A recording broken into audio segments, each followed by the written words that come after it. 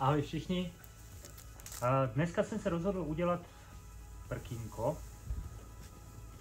Krájecí prkínko do kuchyně. Našel jsem nějaký zbytky v dílně. Našel jsem buk, našel jsem americkou třešeň, nějaký ořechový odřezky z amerického černého ořechu a jihoamerický paduk. Krásně červený dřevo. Takže budeme dělat prkínko, které jednomu z vás týden po uvedení online tohoto videa daruju jako dárek. Vylosuju jednoho člověka z odběratelů, který kliknou na tlačítko odebírat. A tohle prkénko dostane úplně zdarma ode mě jako dárek. Rozhodl jsem se, že budu dělat videa na YouTube vždycky, když něco postavím, vyrobím na dílně, tak to každý týden jeden z vás vyhraje, dostane domů zdarma jako dárek. Jestli byste měli zájem takovýhle prkínko si koupit, najdete ho na našich stránkách, dole v popisku. A pojďme se pustit do toho.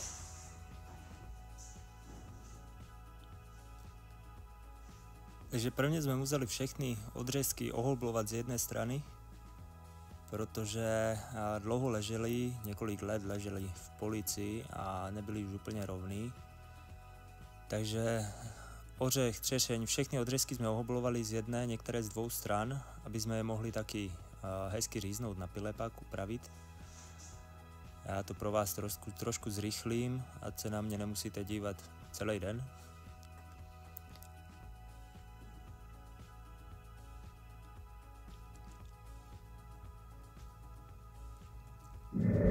Tak potom, co bylo všechno ohoblované, tak bukový odřezek, který jsme měli největší, tak jsme řízli vlastně na dva tenší kusy, aby jsme mohli udělat takový tenší bílý linky do prkénka. Takže jsem si je dal bokem. Pak tam byla třešňový kousek, který byl příliš vysoký, tak jsme ho ořízli, ostatní prkénka zůstaly stejný, akurát ten paduk jsme teda rozřízli na půl. Ať můžeme udělat dvě linky do prkénka hezky z toho paduku. Tak, pak jsem si to rozložil, abych věděl, jak prkénko bude vypadat. A úplně takhle se mi nelíbilo, tak jsem to zkusil rozložit jinak. Jestli si všimnete chybu ve prostřed, mám tam buk a třešeň úplně jinak položenou, ne hezky symetricky. Ale teď jsem to vrátil zpátky a teď jsem si to uvědomil. Tak, hotovo, hezky pěkný a s těma vlastně dvoma ořechovými linkami, které jsem teď vybral, tak by prkénko mělo 30 cm, bylo by příliš velký, takže jsem je dal pryč a vypadá to dobře i bez nich. Tak, přestavil jsem pilu na protahovací hoblík a znova neukážu vám celý video, ale aspoň ten buk a třešeň, když jsem ohobloval, takže jednu stranu vlastně máme ohoblovanou, teď jsme ohoblovali tu druhou, aby byla paralelná k tomu, aby jsme to mohli zlepit. Protože kdyby nebyly paralelní, tak při zlepení by se nám vlastně to prkénko vydulo a nebylo by hezky rovný a nemuselo by se to zlepit hezky k sobě. Byly by tam mezery a tak dále. Tak hodili jsme si prkénko vlastně do svorek, kterými to budeme vlastně stahovat při tom lepení. Hezky pěkně tak, jak by to mělo vypadat. Přichystáme si to, připravíme si lepidlo, všechno vlastně po ruce, protože pak máme nějaký 10 minut na to, aby jsme to zlepili, stáhli do svorek a hezky nám to drželo. Jestli si vzpomínáte, tak jsem říkal, že je potřeba do komentáře napsat výherný slovo. Tady to výherný slovo pro tenhle týden je slovo kiwi. Jakožto kiwi ovoce, takže KI2VI. Napište do komentáře, dejte like videu, odebírajte kanál a v příštím videu vylosuju jednoho z vás, který tady ty tři věci splnili. A tohle prkénko mu pošlu zdarma jako dárek ode mě. Nezapomínejte video sdílet, anebo můj kanál sdílet, aby lidi věděli, že takhle vyrábím věci a daruju je dál, protože čím víc lidí bude na kanálu přihlazený k odběru, tím hezčí, větší věci budeme dělat v budoucnu. Jo, takže teď začneme prkinkama, pak tam budou třeba, já nevím, nějaký malý skřínky, noční stolky, pak možná nějaký stoly a tak dále. Uvidíme, kam se to až všechno dostane. Tohle je první video, takže uděláme jednoduchý prkínko. Přemýšlel jsem, že v tom dalším uděláme nějaký hezký prkínko na krájení masa, nějaký větší, masivnější, na sekání masa. Takže stáhneme do svorek, necháme hodinu uschnout, ať to lepidlo pořádně drží, většinou to lepidlo je pevnější spoj než dřevo.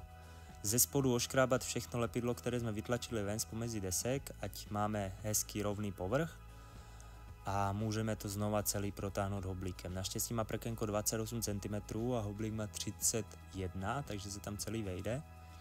Opět jsem z toho vystříhal jenom několik protahů, ať vidíme, jak to zhruba vypadá, ať se na mě nemusíte dívat tady hodinu. I když vlastně od toho je video, že jo. Ale takhle jsem to nějak ostříhal, ať vidíme, co jak to vypadá.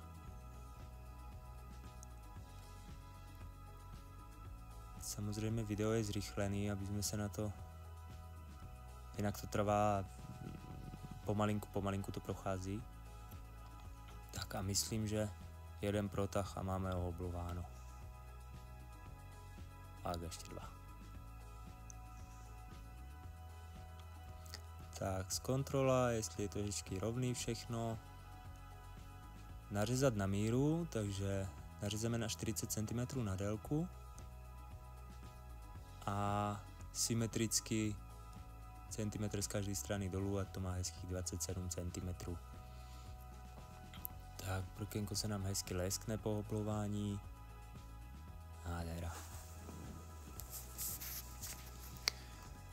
Hranovou freskou jsme zrazili hrany a dal jsem tam rádius 2 mm, ať to nejsou ty hrany ostrý, ať se taky neobijou, ať se nikdo neřízne, nekrvácí. Takže je vlastně hezky zaoblený, pak jsme ho museli zbrousit prvně 80 smírkovým papírem, pak 120 a 180 nakonec. Z obou stran 120 a 180 a i vlastně boční hrany. Kdyby jsme dělali boční hraně 80, tak tam můžeme vybrousit nějaké důlky nebo zničit okraj, nebo něco se může vlastně pokazit na tom prkénku. Takže vidíte 120 a i hrany hezky.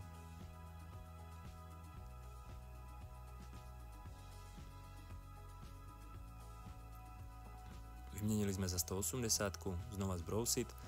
A jako náhle to takhle zbrousíme z jedné, z druhé strany, každopádně opatrně, hezky criss cross do mřížky z jedné, z druhé strany obrousit, pomalinku.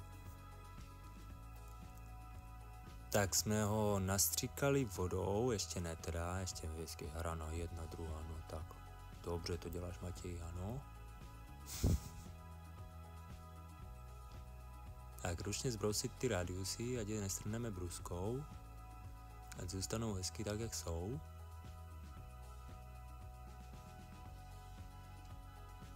Tak, nastříkat vodou a nechat uschnout. Vodou to stříkám, aby se vlastně postavily vlasy na tom dřevě po tom broušení. A když to vyschne, tak je znova 180 smírkovým papírem zbrousím, ať potom, co nanesu vlastně minerální olej a vlastně nějaký finish na to prkénko, tak ať se nám ty vlasy nepostaví a je hezky hladký.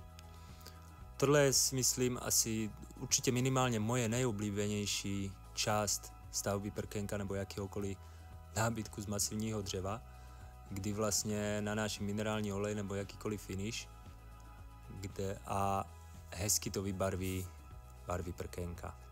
Pak jsem to dal do laserové gravírovačky, ať vypálím logo YouTube kanálu. Trvalo asi 10 minut. No a nakonec nanést vosk na prkénko, aby to nebyl jenom minerální olej, ale taky nějaký ochranný vosk. Prkénko pak je voděodolné, ne úplně, samozřejmě nemůžeme prkénko nechat stát ve vodě, vždycky po umytí otřít suchou hadrou a nechat stát na hraně a nechat ho vyschnout. Určitě ho nepoložit do vody mezi nádoby nebo dávat do myčky, to vůbec ne. Tady ten vosk si vyrábím sám, je to směs vlastně minerálního oleje karnapského vosku z karnapského palmového vosku, který se dává i do rtěnek, do lentilek, aby se to hezky lesklo, takže vlastně potravinářsky v pohodě.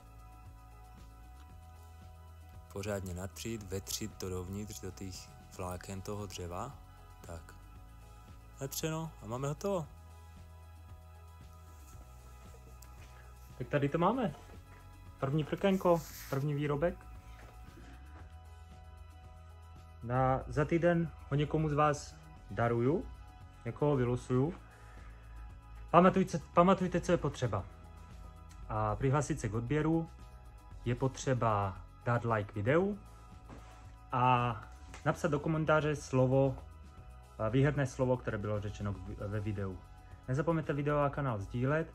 Čím víc bude odběratelů, tím lepší, hezčí, větší výrobky budeme darovat každý týden dál a dál.